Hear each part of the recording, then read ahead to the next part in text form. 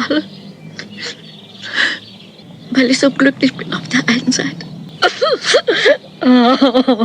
Film ini merupakan lanjutan episode dari cerita sebelumnya.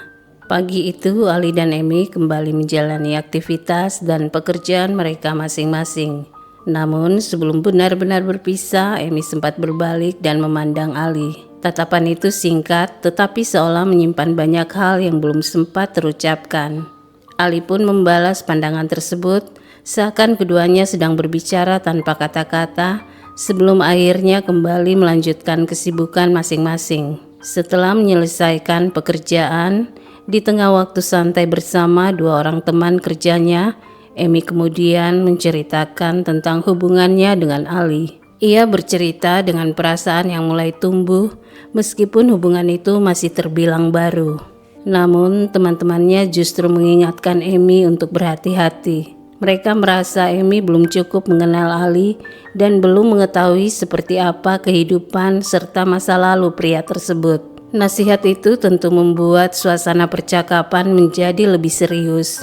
Teman-temannya mencoba meyakinkan Amy agar tidak terlalu cepat menaruh kepercayaan dan perasaan kepada seseorang yang baru dikenalnya.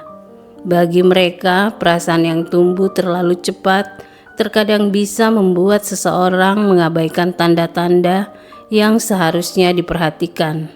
Namun, Amy tidak begitu saja menerima kekhawatiran mereka. Ia justru membantah anggapan bahwa Ali mungkin seperti yang mereka pikirkan. Meski baru mengenalnya, Amy merasa ada sesuatu dalam diri Ali yang membuatnya percaya bahwa pria itu berbeda. Baginya, mengenal seseorang bukan hanya dengan mendengar cerita dari orang lain, tetapi juga tentang memberi kesempatan untuk melihat sendiri siapa sebenarnya orang tersebut. Mama, komm rein, Mama. Amy kemudian pergi menemui putrinya, Krista, yang tinggal bersama suaminya. Namun kedatangan Amy tidak selalu disambut dengan hangat, terutama oleh suami Krista. Ia sering mengira bahwa Amy datang hanya untuk meminta bantuan atau uang.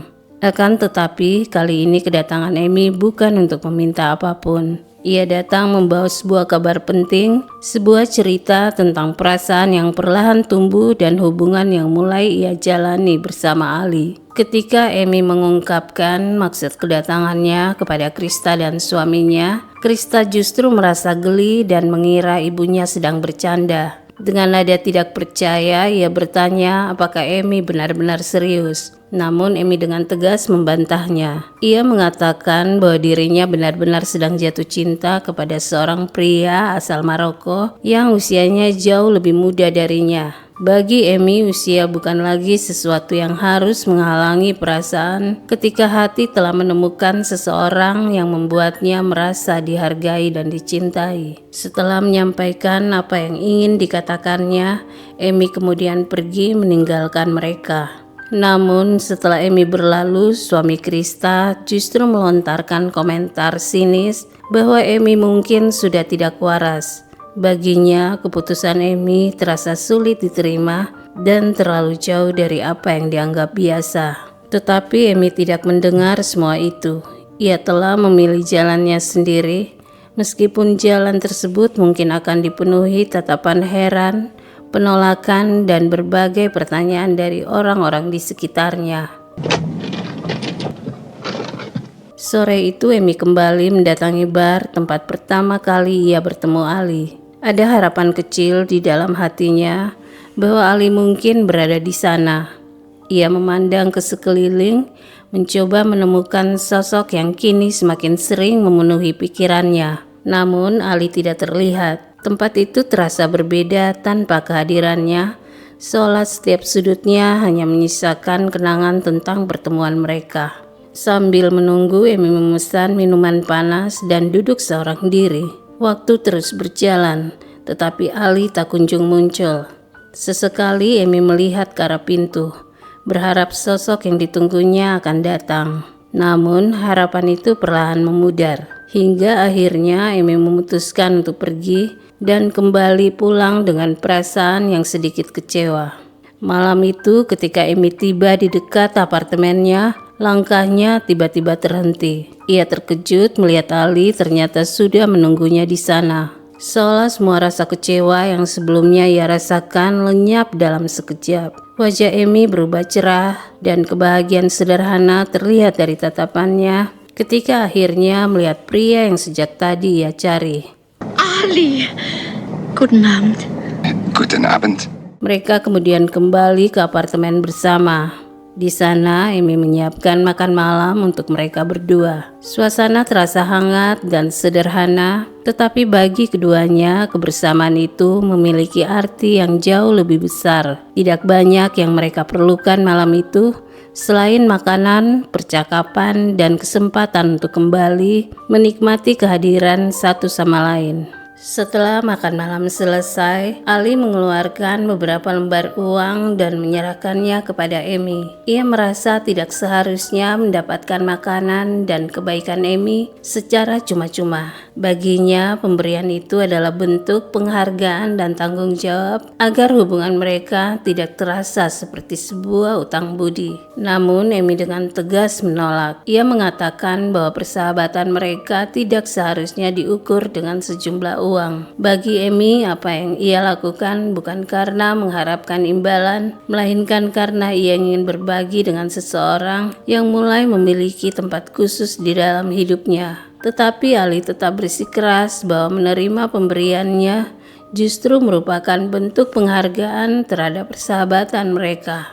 Belum sempat percakapan itu berlanjut, seorang pria bernama Tuan Gruber, pemilik apartemen yang disewa Amy, datang menemui mereka. Ia menegaskan bahwa Amy mungkin telah melanggar perjanjian sewa karena membawa orang lain untuk tinggal di apartemennya. Suasana yang sebelumnya hangat seketika berubah menjadi tegang. Namun Amy tidak mundur. Dengan tegas ia menjelaskan dalam bahasa Jerman bahwa Ali bukan sekadar tamu. Ia mengatakan bahwa Ali adalah calon suaminya dan mereka akan menikah. Kalimat itu membuat suasana mendadak hening. Bahkan Tuan Gruber yang sebelumnya datang dengan nada tegas, akhirnya tidak banyak berkata-kata. Alih-alih melanjutkan persoalan mengenai apartemen, Tuan Gruber justru berubah sikap. Ia malah meminta agar Amy tidak lupa mengundangnya ke pesta pernikahan mereka. Sebuah pernyataan yang sederhana, tetapi cukup untuk mengubah ketegangan menjadi suasana yang lebih ringan. Setelah Tuan Gruber pergi, Amy kemudian menjelaskan kepada Ali apa yang sebenarnya baru saja terjadi. Ia mengatakan bahwa Tuan Gruber sebelumnya berniat mengeluarkannya dari apartemen karena kehadiran Ali. Namun ketika Amy mengatakan bahwa mereka akan segera menikah, sikap Tuan Gruber berubah dan rencana untuk mengusirnya pun tidak lagi dilanjutkan. Mendengar penjelasan itu, Ali justru tampak bahagia. Ia tidak melihat perkataan Amy sebagai sekadar alasan untuk menyelamatkan tempat tinggalnya. Bagi Ali, ucapan Amy tentang pernikahan itu terdengar seperti sebuah janji yang indah. Untuk pertama kalinya, masa depan bersama terasa begitu dekat. Meskipun keduanya tahu bahwa perjalanan mereka tidak akan selalu mudah. Keesokan harinya, Amy dan Ali mulai merayakan rencana pernikahan mereka. Mereka menentukan tanggal pernikahan dan merayakan kebahagiaan tersebut di bar bersama beberapa teman. Bahkan Tuan Gruber turut diundang untuk menjadi bagian dari momen yang sebelumnya hampir berubah menjadi sebuah pertengkaran. Nicht gut gehen. Klar geht's nicht gut. Akhirnya Amy dan Ali resmi menikah. Namun kebahagiaan itu belum menjadi akhir dari perjalanan mereka.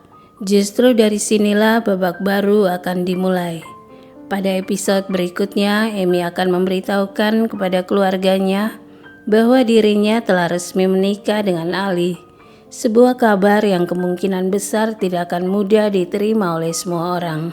Kita lanjutkan kisah Ali dan Amy di episode berikutnya. Terima kasih.